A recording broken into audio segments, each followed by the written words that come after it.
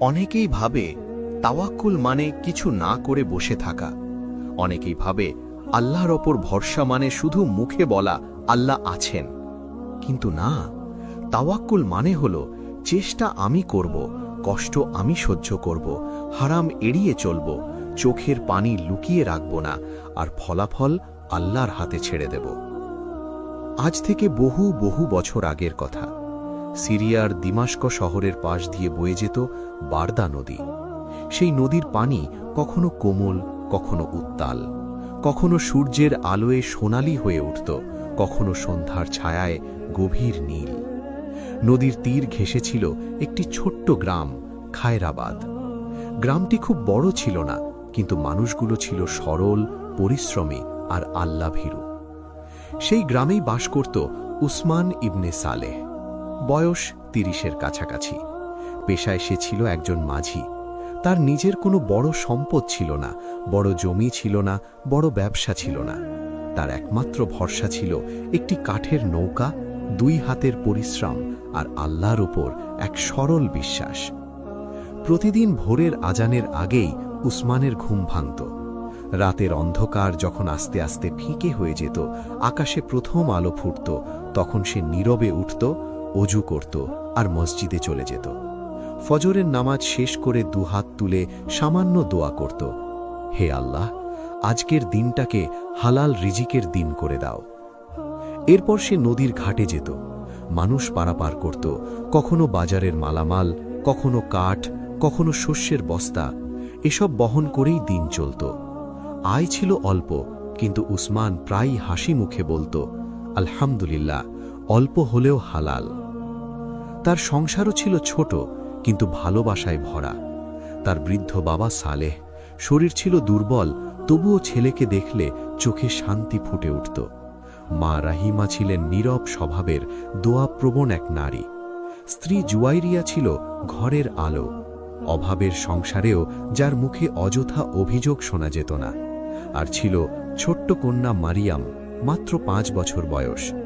মেয়েটার হাসি যেন ক্লান্ত দিনের শেষে জান্নাতের বাতাস। উসমানের জীবন খুব সহজ ছিল না। অনেকদিন এমন গেছে যখন সন্ধ্যায় ঘরে ফিরতে ফিরতে সে হিসাব কষেছে আজকের আয় দিয়ে ওষুধ হবে নাকি চাল। তবুও সে কখনো আল্লাহর দেয়া নিয়ে তিক্ত হয়নি, কারণ তার বাবা ছোটবেলা থেকেই তাকে শিখিয়েছিলেন, বাবা, রিজিক শুধু টাকা না, শান্তিও রিজিক, সুস্থতাও রিজিক, ঈমানও রিজিক, সন্তুষ্ট হৃদয়ও রিজিক। বসন্তের শেষ দিকের এক বিকেল।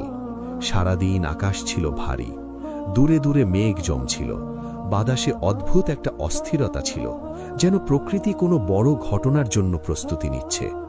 সেদিন সন্ধ্যার একটু আগে এক বণিক নদীর ঘাটে এসে উসমানকে বলল, ভাই, জরুরি মালামাল আছে, আজ রাতেই নদীর ওপারে পৌঁছতে হবে, একটু সাহায্য করুন।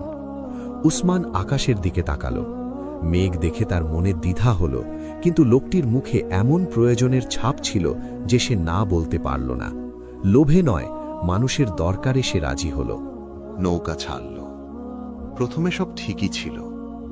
নদীর বুকে বাতাস একটু জোরে বইছিল, কিন্তু সামলানো যাচ্ছিল। কিছু দূর যাওয়ার পরই হঠাৎ আকাশ কালো হয়ে গেল। এক ঝলকে দমকা হাওয়া বইল, তারপর বজ্রপাত, তারপর শিলাবৃষ্টি, তারপর এমন ঝড় শুরু হলো যেন আকাশের সব দরজা একসঙ্গে খুলে গেছে। নৌকা দুলতে লাগল, বণিক চিৎকার করতে লাগল, উসমান দাঁতে দাঁত চেপে দাঁড় সামলাতে লাগল। ঢেউ একবার ডান দিক থেকে একবার বাম দিক থেকে আছড়ে পড়ছিল। বৃষ্টি আর নদীর পানি মিলে কিছুই দেখা যাচ্ছিল না। হঠাৎ একটি প্রচণ্ড ঢেউ এসে নৌকার গা ভেঙে দিল। নৌকা উল্টে গেল। ঠান্ডা পানি এক ঝটকায় উসমানের বুক, মাথা, চোখ সব কিছু ডুবিয়ে দিল। বণিক ডুবতে ডুবতে চিৎকার করছিল। সেই অবস্থাতেও উসমান প্রাণপণ চেষ্টা করে লোকটিকে ঠেলে একদিকের তুলনামূলক শান্ত পানির দিকে পাঠিয়ে দিল। কিন্তু নিজের শক্তি ততক্ষণে শেষ হয়ে গেছে। স্রোত তাকে টেনে নিয়ে যাচ্ছিল। আকাশে বজ্রের আলো, নদীতে কালো পানি, বুকের মধ্যে শেষ হয়ে আসা শ্বাস। সে বুঝতে পারল এবার হয়তো সত্যি শেষ। সেই শেষ মুহূর্তে তার ঠোঁট কাঁপল, ইয়া আল্লাহ, তুমি যা চাও। তারপর সব অন্ধকার। কতক্ষণ কেটেছে সে জানত না। হয়তো রাত পেরিয়ে সকাল হয়েছে, হয়তো একদিন, হয়তো কিছু ঘন্টা। জ্ঞান ফেরার পর সে অনুভব করল তার কপালে কেউ ভেজা কাপড় রাখছে। চোখ খুলে সে দেখল একটি মাটির ঘর, পরিষ্কার, ছোট্ট, নিঃশব্দ। এক কোণায় প্রদীপ জ্বলছে, দেয়ালে ঝোলানো শুকনো খেজুর পাতা, আর তার পাশে বসে আছেন এক বৃদ্ধা মহিলা। মহিলার চুল সাদা, চোখে কোমলতা, ঠোঁটে তসবিহের সুর। তিনি উসমানকে জেগে উঠতে দেখে মমতা ভরা কণ্ঠে বললেন, জেগে উঠেছ বাবা, আল্লাহর রহমতে তুমি বেঁচে গেছ। উসমান উঠে বসতে গিয়ে ব্যথায় কেঁপে উঠল। বৃদ্ধা তাকে থামালেন, কিছু গরম পানি খাইয়ে দিলেন। পরে জানতে পারল নদীর অনেক দূরের এক তীরে সে ভেসে এসেছিল। এই বৃদ্ধার ছেলে ভোরে মাছ ধরতে গিয়ে তাকে পানিতে ভাসতে দেখে তুলে এনেছে। তারা খুবই সাধারণ মানুষ। তাদের ঘরে প্রচুর খাবার ছিল না, বাড়তি বিছানা ছিল না, বিলাসিতা ছিল না, কিন্তু তারা যা করেছে তা ছিল এমন আতিথেয়তা যা অনেক ধনীর ঘরেও মেলে না। 2 দিন তারা উসমানকে সেবা করল। নিজেরা অল্প খেয়েছে, তাকে বেশি খাইয়েছে, নিজেদের ওষুধ ভাগ করে দিয়েছে। বৃদ্ধা মহিলা মাঝে মাঝে তার মাথায় হাত রেখে বলতেন, আল্লাহ যখন কাউকে বাঁচিয়ে রাখেন তখন বুঝতে হবে তার জন্য এখনো কাজ বাকি আছে। 3য় দিন যখন উসমান কিছুটা সুস্থ হল, তখন সে বিদায় নিতে চাইল। তার মন ছটফট করছিল। ঘরে কি অবস্থা? পরিবার কি তাকে মৃত ভেবেছে? বিদায়ের সময় বৃদ্ধা তার হাত ধরে বললেন, বাবা, মনে রেখো, যে আল্লাহ তোমাকে পানির গভীরতা থেকে তুলে আনলেন, তিনি শুকনো জমিতেও তোমার জন্য রাস্তা খুলতে পারেন। মানুষের দরজা বন্ধ হলেও আল্লাহর দরজা বন্ধ হয় না। উসমানের চোখ ভিজে গেল।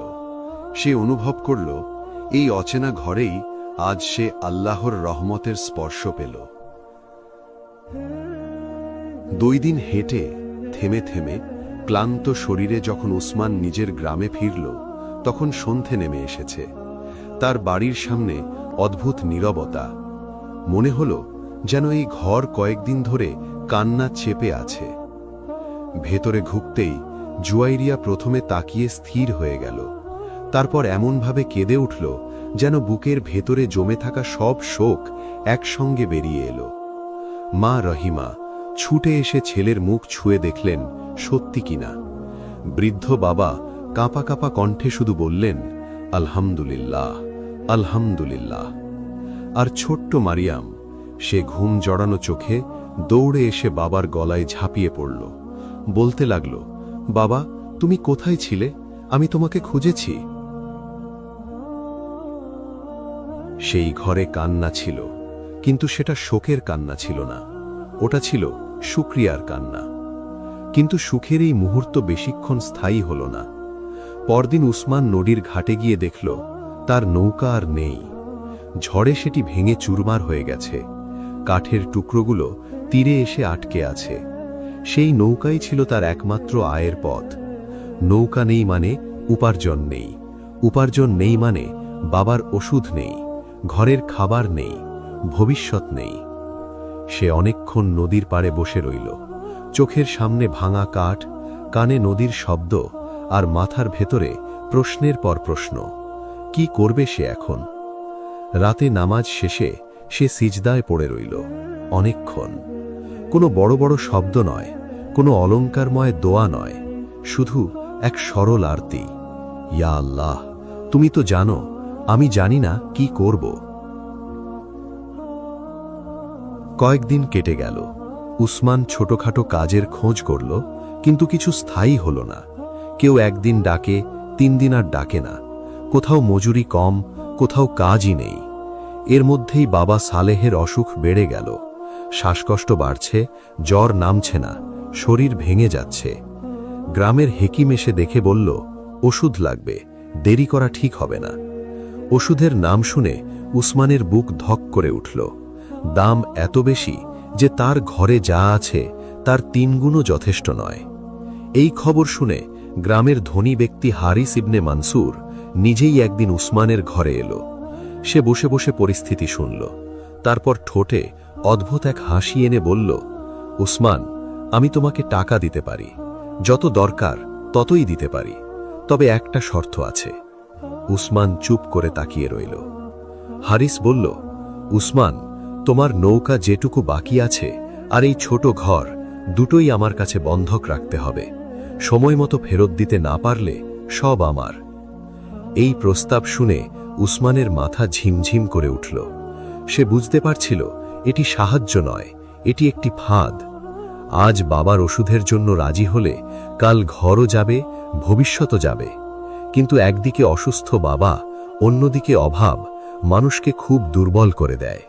সেদিন রাতে ওসমান এশার নামাজের পর অনেকক্ষণ বসে রইল। তারপর ইস্তেখারার নিয়তে নামাজ পড়ল। কেঁদে কেঁদে বলল, হে আল্লাহ, প্রয়োজন আমার আছে, দুর্বলতাও আছে, কিন্তু হারামের পথে আমাকে দিও না। অভাব দিও, অপমান দিও, পরীক্ষা দিও, কিন্তু এমন সিদ্ধান্ত নিও না যাতে তোমার সন্তুষ্টি হারিয়ে ফেলি। ভোরের আগে তার বুকের ভেতর সিদ্ধান্ত নেমে এলো। পরদিন হারিস যখন উত্তর জানতে এলো, উসমান শান্ত গলায় বলল, ভাই, আমি এই শর্তে রাজি নই। আল্লাহ যদি চান অন্য রাস্তা খুলবেন। আমি এমন দরজায় ঢুকতে চাই না যেখান থেকে বরকত বেরিয়ে যায়। হারিস তাচ্ছিল্যের হাসি হেসে উঠে দাঁড়াল, বলে গেল, তোমার এই একগুয়েমি তোমাকে পথে বসাবে। উসমান তার পেছনের দিকে তাকিয়ে শুধু মনে মনে বলল, পথে বসলেও যেন তোমার দিনের বাইরে না যাই, ইয়া আল্লাহ। সময় আরো কঠিন হতে লাগল। ঘরে আটা ফুরিয়ে এলো, খেজুরও শেষ। মারিয়ামের জন্যে যে সামান্য মধু রাখা ছিল সেটুকুও আর নেই। জুয়াইরিয়া চেষ্টা করত যেন মেয়েটা কিছু না বোঝে, কিন্তু শিশুরা অনেক কিছু না বলেও বুঝে ফেলে। একদিন বিকেলে উসমান ঘরে ফিরে দেখল মারিয়াম চুপচাপ বসে আছে। সাধারণত সে বাবাকে দেখলেই ছুটে আসে, কিন্তু সেদিন এলো না। উসমান কাছে গিয়ে জিজ্ঞাসা করল, কি হয়েছে মা? মারিয়াম মাথা নিচু করে বলল, কিছু না বাবা। জুয়াইরিয়া পরে ধীরে বলল, ও ক্ষুধার কথা বলতে চাইছে না, মনে করছে তুমি কষ্ট পাবে। এই কথাটা উসমানের বুকের গভীরে ছুরি হয়ে বিঁধল। একজন বাবা যখন দেখেন তার সন্তান ক্ষুধা লোকাতে শিখে গেছে, সেটা তার জন্যে দুনিয়ার সবচেয়ে ভারী দৃশ্যগুলোর একটি। সেদিন আসরের পর উসমান চলে গেল বারদা নদীর তীরে। নদীর পানি ধীরে বয়ে যাচ্ছে, সূর্য ডুবছে, আকাশে কমলা আর ধূসর রং মিশে গেছে। সে দীর্ঘক্ষণ চুপ করে বসে রইল। তার মনে পড়ল সেই রাতের কথা, যখন সে এই নদীতেই ডুবে যাচ্ছিল। তখনও আল্লাহ তাকে বাঁচিয়েছেন। সে অজু করল, খোলা আকাশের নিচে 2 রাকাত নামাজ পড়ল, তারপর সিজদায় গিয়ে ভেঙে পড়ল। চোখের পানি মাটিতে পড়তে লাগল, তার ঠোঁট কাঁপতে কাঁপতে পড়তে লাগল, রব্বি ইন্নী লিমা আনজালতা ইলাইয়া মিন খাইরিন ফাকির। হে আমার রব, তুমি আমার প্রতি যে কল্যাণ নাজিল করবে আমি তার মুখাপেক্ষী। এই দোয়াটা পড়তে পড়তে তার বুক হালকা হচ্ছিল, কারণ মানুষ যখন আর কাউকে কিছু বলতে পারে না, তখন আল্লাহর কাছে সব বলতে পারে। ঠিক সেই মুহূর্তে সে পেছনে পায়ের শব্দ শুনতে পেল। উসমান ফিরে তাকালো, দেখল এক মধ্যবয়স্ক লোক দাঁড়িয়ে আছেন। পরনে পাটি পাটি সাদা পোশাক, চোখে প্রশান্তি, মুখে দাড়ি, আর ব্যবহারে বিনয়। তিনি সামনে এসে বললেন, আপনি কি উসমান মাঝি? উসমান অবাক হয়ে বলল, জি, আমি উসমান। লোকটি বললেন, আমি ইয়াহিয়া ইবনে আলী। দামেস্ক থেকে মিশর পর্যন্ত বাণিজ্যিক কাফেলা নিয়ে যাই। নদীপথে কিছু পণ্য পাঠাতে হবে। আমাদের নিয়মিত মাঝি অসুস্থ হয়ে পড়েছে। আমি একজন বিশ্বস্ত দক্ষ মানুষের খোঁজ করছিলাম। গ্রামের কয়েকজন আপনার নাম বলেছে। উসমান বিস্মিত। সে কিছুটা দ্বিধায় বলল, কিন্তু আমার তো নিজের নৌকাই নেই। ইয়াহিয়া হাসলেন, নৌকা আমার আছে। আমার প্রয়োজন মানুষ, এমন মানুষ যে নদীকে চেনে আর যার হাতে আমানত নিরাপদ থাকে। আমি শুনেছি আপনি সেই মানুষ। ওসমানের গলা শুকিয়ে গেল। মাত্র কিছুক্ষণ আগেই সে সিজদায় কাঁদছিল, আর এখন আল্লাহ যেন তার সামনে হঠাৎ করেই এক দরজা খুলে দিলেন। সে মাথা নিচু করে বলল, আলহামদুলিল্লাহ, যদি আপনি আমাকে উপযুক্ত মনে করেন আমি চেষ্টা করব। ইয়াহিয়া বললেন, আজই প্রস্তুত হন, রওনা হব কাল ভোরে। আর এই নিন কিছু অগ্রিম, ঘরের প্রয়োজন মেটান। উসমান টাকাগুলো হাতে নিয়ে স্থির থাকতে পারল না। এগুলো শুধু টাকা ছিল না, এগুলো ছিল তার সিজদার জবাব। বাড়িতে ফিরে এসে প্রথমেই বাবার ওষুধ কিনল, মায়ের জন্য কিছু শুকনো খাবার, মারিয়ামের জন্য একটু মধু আর ঘরের জন্য আটা চাল নিয়ে এলো। জুয়াইরিয়া সব শুনে অশ্রুজল চোখে বলল, দেখেছ, আল্লাহ দেরি করলেন কিন্তু ছেড়ে দেননি। পরদিন ভোরে ওসমান কাফেলার সাথে যাত্রা শুরু করল। নদীপথ ছিল দীর্ঘ, কঠিন আর ঝুঁকিপূর্ণ। কোথাও খরস্রোত, কোথাও অগভীর চর, কোথাও হঠাৎ বাঁক, কোথাও নদীর বুক অস্বাভাবিক রুক্ষ। কিন্তু উসমান নদীকে চিনত। তার চোখ যেন পানি পড়ে পথ পড়তে পারত। যাত্রাপথে এক রাতে কাফেলা নঙর করে বিশ্রাম নিচ্ছিল। দূরে আকাশ ভরা তারা, নদীর পানি ধীরে শব্দ করছে। ইয়াহিয়া এসে উসমানের পাশে বসলেন। তিনি বললেন, উসমান, তোমাকে দেখে আমি একটা জিনিস বুঝতে পারি না। এত কষ্ট, এত পরীক্ষা, তবুও তোমার ভেতরে এত শান্তি আসে কোথার থেকে? উসমান কিছুক্ষণ চুপ করে রইল। তারপর আকাশের দিকে তাকিয়ে মৃদুস্বরে বলল, যখন মানুষ ভাবে সে নিজেই সব সামলাবে, তখন তার বুক ভেঙে যায়। আর যখন সে বুঝে আমি চেষ্টা করব, সামলাবেন আল্লাহ, তখন বুক হালকা হয়ে যায়। কষ্ট থাকে, কিন্তু কষ্টের ভেতর ডুবে যাওয়া লাগে না। ইয়াহিয়া মন দিয়ে শুনছিলেন। উসমান আবার বলল, আল্লাহ যদি পরীক্ষা দেন, বুঝি তিনি আমাকে ফেলে দেননি। তিনি আমাকে দেখছেন, আর তিনি যখন দেখছেন তখন আমি একা না। ইয়াহিয়া সেদিন আর কিছু বললেন না, কিন্তু সেই কথাগুলো তার অন্তরে গেঁথে গেল। কাফেলায় ছিল দামি কাপড়, মশলা, ধাতব সামগ্রী আর কিছু অলংকার। যাত্রা ভালোই চলছিল, কিন্তু এক রাতে উসমান অনুভব করল কিছু একটা ঠিক নেই। রাতে নঙর করা অবস্থায় সে শুনতে পেল কাফেলার দুই রক্ষী ফিসফিস করছে। তারা ভাবছে রাতে যখন সবাই গভীর ঘুমে থাকবে, তখন কিছু মূল্যবান মালামাল নিয়ে পালাবে। নদীপথে হারিয়ে গেলে কাউকে আর ধরা যাবে না। উসমানের সামনে কঠিন সিদ্ধান্ত। চুপ থাকলে সে নিজে নিরাপদ থাকে, কিন্তু ইয়াহিয়া তার উপর ভরসা করেছেন। এই পণ্য তার আমানত। একজন মুমিনের জন্য আমানতদারি শুধু ভালো গুণ নয়, এটা দায়িত্ব। সে দেরি করল না। তৎক্ষণাৎ ইয়াহিয়াকে জাগিয়ে সব জানালো। সতর্ক ব্যবস্থা নেওয়া হলো। দুই রক্ষীকে হাতে নাতে ধরা হলো। কাফেলার সব পণ্য নিরাপদ রইল।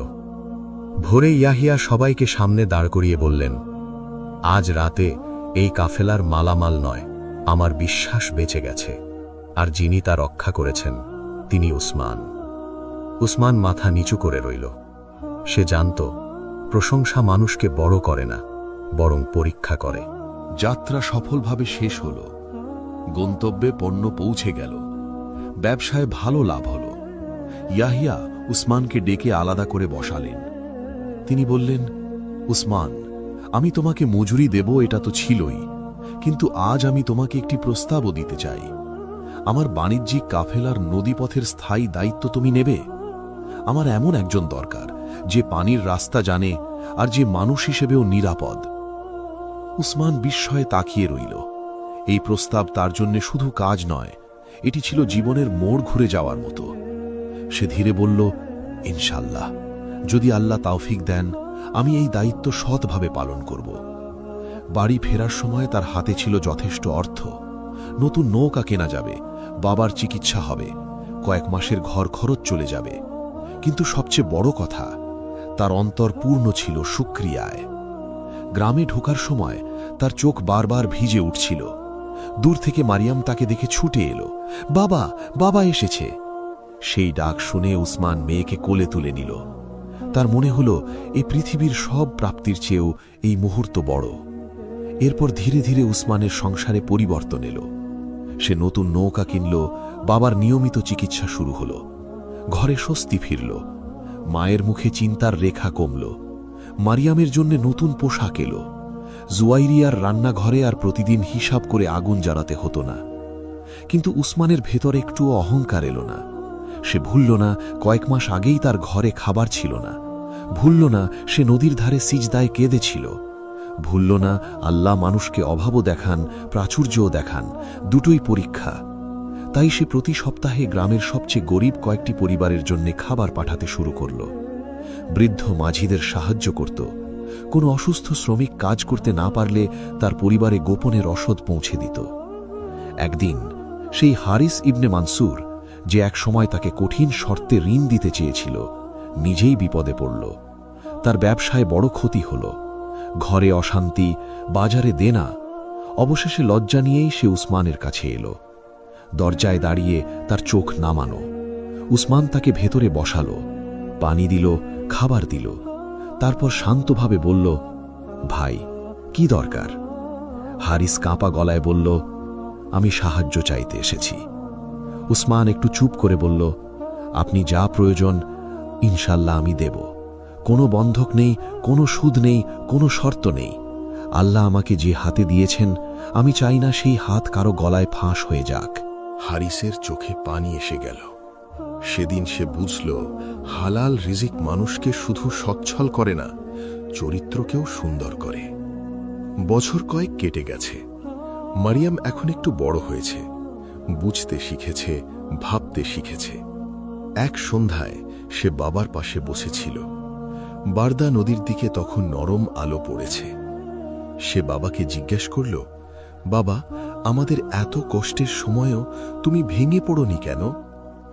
ওসমান মেয়ের মাথায় হাত বুলিয়ে মৃদু হেসে বলল, কে বলেছে ভেঙে পড়িনি মা, আমি কেঁদেছি। মারিয়াম বিস্মিত হয়ে বলল, তাহলে আমি তো দেখিনি। উসমান বলল, কারণ আমি মানুষের সামনে কম কেঁদেছি, আল্লাহর সামনে বেশি কেঁদেছি। সিজদায় কাঁদলে মন হালকা হয়। যখন তুমি আল্লাহকে বলো আমি পারছি না, তখন আল্লাহ তোমার হৃদয় বলেন আমি আছি। এই কথা শুনে মারিয়াম চুপ করে রইল। তার ছোট্ট হৃদয়ে সেদিন তাওয়াক্কুলের প্রথম বীজ রোপিত হল। বছর থেকে বছর গড়াল। উসমানের চুলে পাক ধরল, মুখে বয়সের রেখা এলো, কিন্তু তার চোখের নূর কমল না, বরং মনে হতো কষ্ট আর শুকরিয়া মিলে মানুষটাকে আরো গভীর করেছে। গ্রামের মানুষ এখন তাকে শুধু মাঝি হিসেবে দেখত না। কেউ বিপদে পড়লে তার কাছে আসত, কেউ দুশ্চিন্তায় থাকলে তার কাছে বসে থাকত, কেউ রিজিকের কষ্টে হতাশ হলে সে বলতো, দেখো, চেষ্টা বন্ধ করো না, তবে আশা যেন আল্লাহ ছাড়া কারো উপর না দাঁড়ায়। ওসমান জীবনের শেষ ভাগে 3 বার হজ করার তৌফিক পেয়েছিলেন। কাবার সামনে দাঁড়িয়ে যখন কাঁদতেন, তখন তার মনে পড়ত ঝড়ের রাত, মনে পড়ত ভাঙা নৌকা, মনে পড়ত মারিয়ামের ক্ষুধা লোকানো মুখ, মনে পড়ত নদীর তীরে সেই সিজদা, আর মনে পড়ত আল্লাহ কিভাবে এক এক করে দরজা খুলে দিয়েছেন। তিনি বুঝে গিয়েছিলেন, আল্লাহ বান্দাকে কখনো কখনো একেবারে খালি হাতে দাঁড় করিয়ে দেন, যেন সে বুঝতে পারে আসল ভরসা কার ওপর হওয়া উচিত। প্রিয় দর্শক, ওসমানের গল্প আমাদের কি শেখায়? শেখায় তাওয়াক্কুল মানে অলসতা নয়, চেষ্টা আর ঈমানের সমন্বয়। শেখায় হারামের শর্টকাট কখনো বরকতের রাস্তা নয়। শেখায় ক্ষুধা, দারিদ্র্য, রোগ, ভাঙন এসব একজন মুমিনের শেষ কথা নয়। শেখায় যে মানুষ আল্লাহর উপর সত্যিকারের ভরসা রাখে, আল্লাহ তাকে এমন পথ দেখান যা সে আগে কল্পনাও করতে পারেনি। ওসমানের নৌকা ভেঙে গিয়েছিল, কিন্তু তার ভরসা ভাঙেনি। ঘরে খাবার ছিল না, কিন্তু দোয়া ছিল। হাতে টাকা ছিল না, কিন্তু সিজদা ছিল। মানুষের কাছ থেকে নিশ্চয়তা পায়নি, কিন্তু রবের কাছ থেকে পরিত্যক্তও হয়নি। আর এটাই তো তাওয়াক্কুলের সৌন্দর্য। মানুষ যখন বলে আমার আর কিছু নেই, তখন মুমিন বলে আমার আল্লাহ আছেন। আপনার জীবনেও হয়তো এমন সময় চলছে যখন সামনে অন্ধকার, হয়তো রিজিকে টান, হয়তো পরিবারে পরীক্ষা, হয়তো এমন কষ্ট যা কাউকে বোঝাতে পারছেন না। তাহলে ওসমানের সেই নদীর ধারে সিজদার কথা মনে করুন। মনে করুন, আল্লাহর কাছে কাঁদা কখনো ব্যর্থ যায় না। দেরি হতে পারে, কিন্তু অবহেলা হয় না। পরীক্ষা দীর্ঘ হতে পারে, কিন্তু রহমত বন্ধ হয় না। যদি আজ আপনি একটি হারাম রাস্তা ছেড়ে দেন আল্লাহর সন্তুষ্টির জন্য, তাহলে জেনে রাখুন আপনি ক্ষতিগ্রস্ত হননি। আপনার জন্য হয়তো এমন একটি হালাল দরজা লিখে রাখা হয়েছে যেটি এখনো খোলেনি, কিন্তু সঠিক সময়ে খুলবেই। আল্লাহ আমাদের সবাইকে এমন তাওয়াক্কুল দান করুন যাতে অভাবে আমরা কুফুরির কথা না বলি, কষ্টে আমরা হারামকে বেছে না নিই, আর প্রাচুর্যে আমরা আল্লাহকে ভুলে না যাই। আল্লাহুম্মা জাআলনা মিনাল মুতাওয়াক্কিলিনা আলাইক। হে আল্লাহ, আমাদেরকে তোমার উপর সত্যিকার ভরসাকারীদের অন্তর্ভুক্ত করো। আমিন। ওসমানের এই জীবন আমাদের শেখায় যে বিপদে ধৈর্য ধরলে এবং আল্লাহর ওপর অটল বিশ্বাস রাখলে জয় সুনিশ্চিত। জীবনের কঠিন মুহূর্তে হারামের পথে পা না বাড়িয়ে আল্লাহর কাছে হাত পাতলে তিনি কখনোই খালি হাতে ফেরান না। আশা করি ওসমানের এই গল্পটি আপনাদের ঈমানকে আরও মজবুত করবে। এই শিক্ষণীয় গল্পটি যদি আপনার ভালো লেগে থাকে তবে ভিডিওটিতে একটি লাইক দিন এবং আপনার মূল্যবান অনুভূতি আমাদের কমেন্টে জানান। এমন আরও হৃদয়স্পর্শী ও ঈমানদীপ্ত গল্প নিয়মিত পেতে আমাদের ইসলামী গল্প কাহিনী চ্যানেলটি সাবস্ক্রাইব করে আমাদের পাশেই থাকুন। আল্লাহ আমাদের সবাইকে তার ওপর অটল ভরসা রাখার তৌফিক দিন। আমিন।